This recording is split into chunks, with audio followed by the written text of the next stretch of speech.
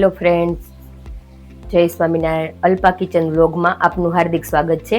આજે હું રવા ઉપમા બનાવું છું. ચાલો ગેસની ફ્લેમ શરૂ કરું છું. પછી એમાં રવો નાખી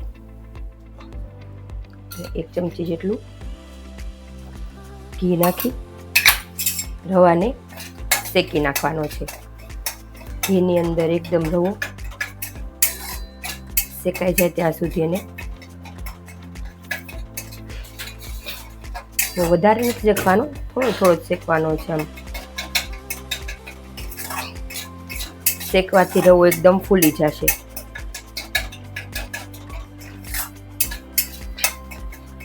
અને જ્યારે આપણે રવો ઉપમા તૈયાર થઈ જાય ને ત્યારે આ ઘી નાખવાથી ઉપમા એકદમ છૂટો દાણોદાર થઈ જાય. એટલા માટે 2 થી 3 મિનિટ માટે ધીમી આંચે શેકી નાખવાનો છે.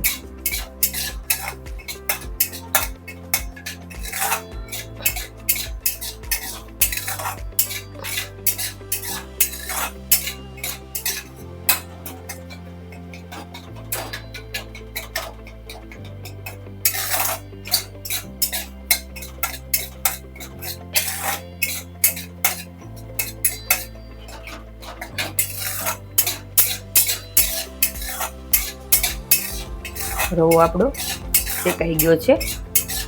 હવે રવાને આપણે કાઢી નાખશું.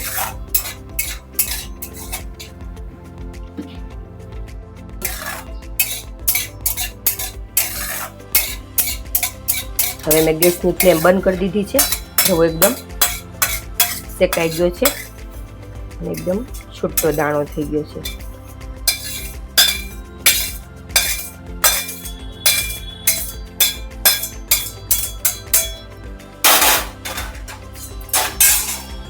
ગેસની ફ્લેમ મેં બંધ કરી દીધી હતી. હવે પાછી 1 ચમચી જેટલું ઘી નાખી પછી એની અંદર બે મોટી ચમચી જેટલા સિંગદાણા નાખ્યા છે, થોડા કાજુ નાખ્યા છે. એને આડા માળા શેકી નાખવાના છે. બહુ વધારે પડતા લાલ નથી થવા દેવાના.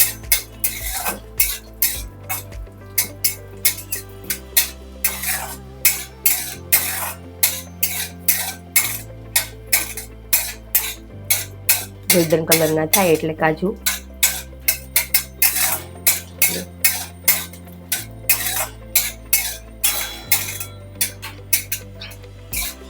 આ પહેલા ઉપરથી નાખી શકાય, પણ આજે પહેલા શેકવાથી આનો ટેસ્ટ બહુ મસ્ત આવે છે. કોઈ વસ્તુ દાજી ન જાય એટલા માટે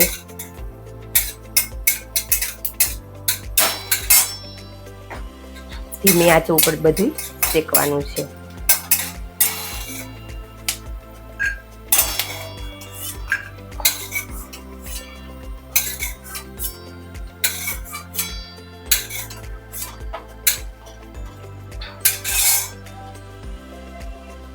આ પણ શેકાઈને તૈયાર થઈ ગયું છે.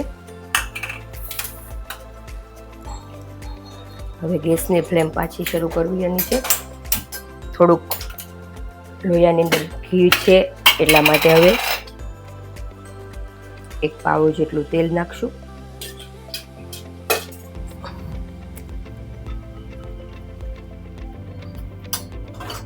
પછી 1 નાની ચમચી રાઈ એડ કરશું.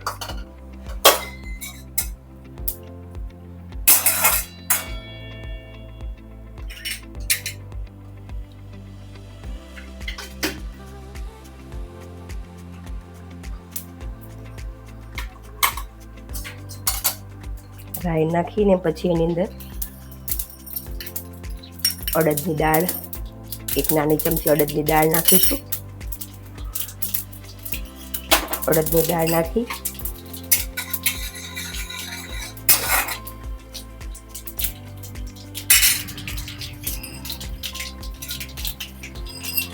એક ચમચી ચણાની દાળ નાખીશું.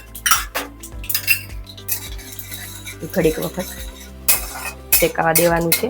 કારણ કે ચણાની દાળ થોડી સરખી વ્યવસ્થિત શેકાઈ જાય.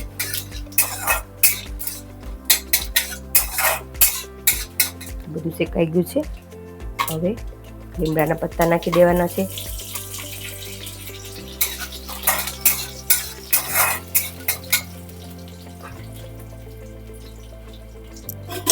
લીમડાના પત્તા નખાઈ ગયા, સતળાઈ ગયા છે. પછી એક નાનો ટુકડો આદુનો મેં ખમણીને રાખ્યો છે.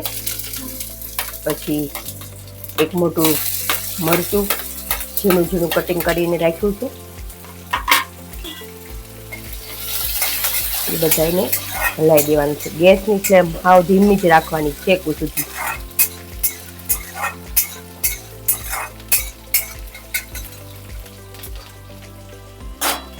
આ બધું સતળાઈ ગયું છે. હવે એની અંદર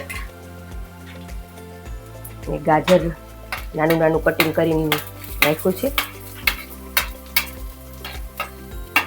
ને વટાણા છે.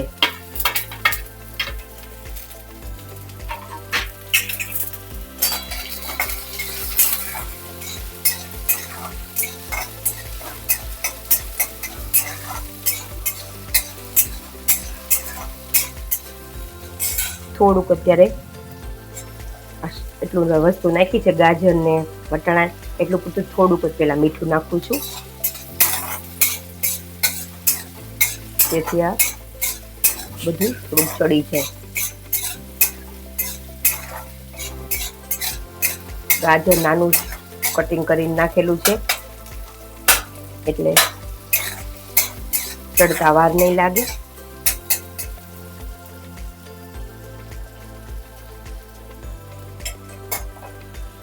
થોડું પાણી નાખી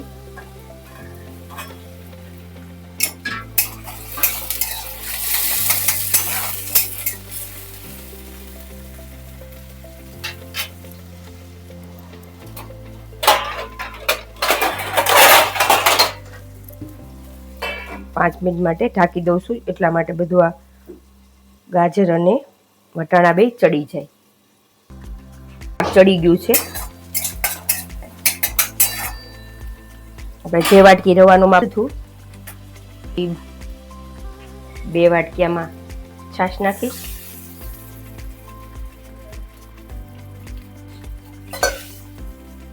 ઘણા દહીં પણ એડ કરે છે, છાશ પણ આપણે નાખી શકાય. 2 વાટકી છાશ અને 1 વાટકી પાણી નાખ્યું છે.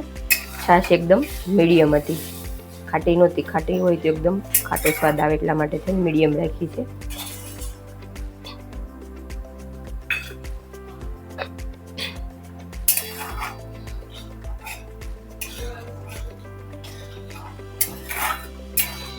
અને એકદમ ઉકળવા દેવાનું છે પાણીને.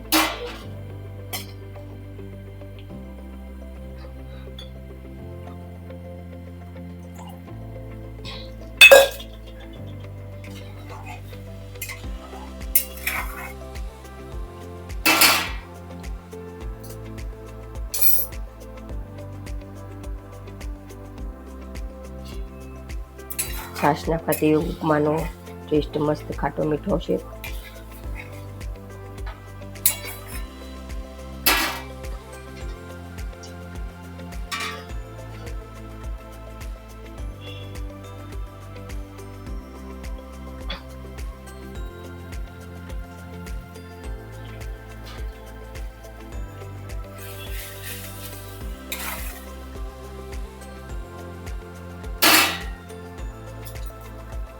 તમે પણ ઉપમા તમારા ઘરે બનાવી શકો છો. પરફેક્ટ માપ સાથે બનાવો તો એકદમ ઉપમા સરસ રીતે બનશે. પાણી ઉકળી ગયું છે. હવે રવાના ગાંઠા ન પડે એટલા માટે ગેસને થોડોક ધીમો કરશું અને ધીમે ધીમે ધીમે ધીમે રવો એડ કરતા જશું.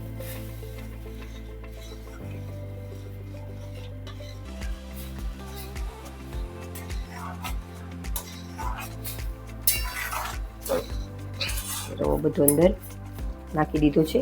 ઘીમાં શેકવો છે એટલા માટે રવાનો એકદમ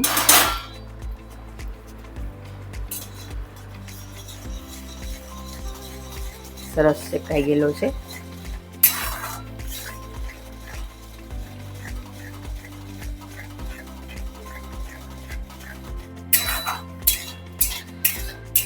તમે જોઈ શકો છો ઉપમા રવો એકદમ મેશ થઈ ગયો છે. અંદર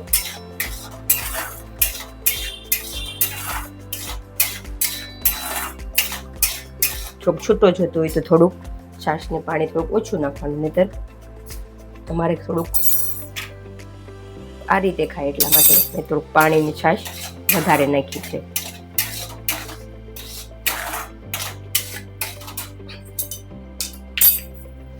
સ્વાદ પ્રમાણે મીઠું,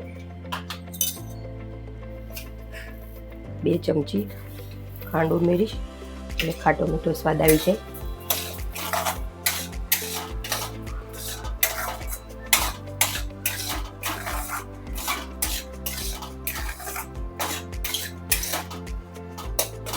કારણ કે છાશ નાખી છે એટલે ઉપરથી ખાંડ ઉમેરી એટલે એકદમ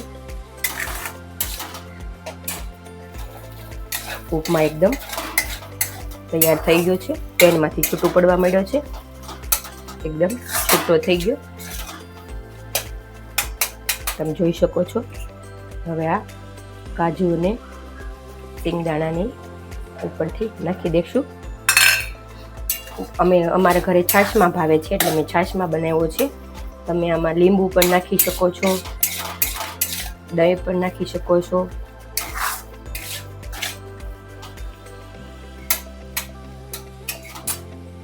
ઉપમા તૈયાર થઈ ગયો છે.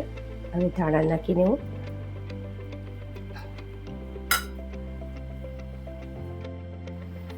ઉપમા ગરમા ગરમ તૈયાર થઈ ગયો છે. તમે પણ તમારા ઘરે ઉપમા આવી રીતે બનાવી શકો છો. મારી રેસીપી તમને ગમે તો વિડીયોને લાઈક કરો, શેર કરો, સબસ્ક્રાઈબ કરો. જય સ્વામિનારાયણ.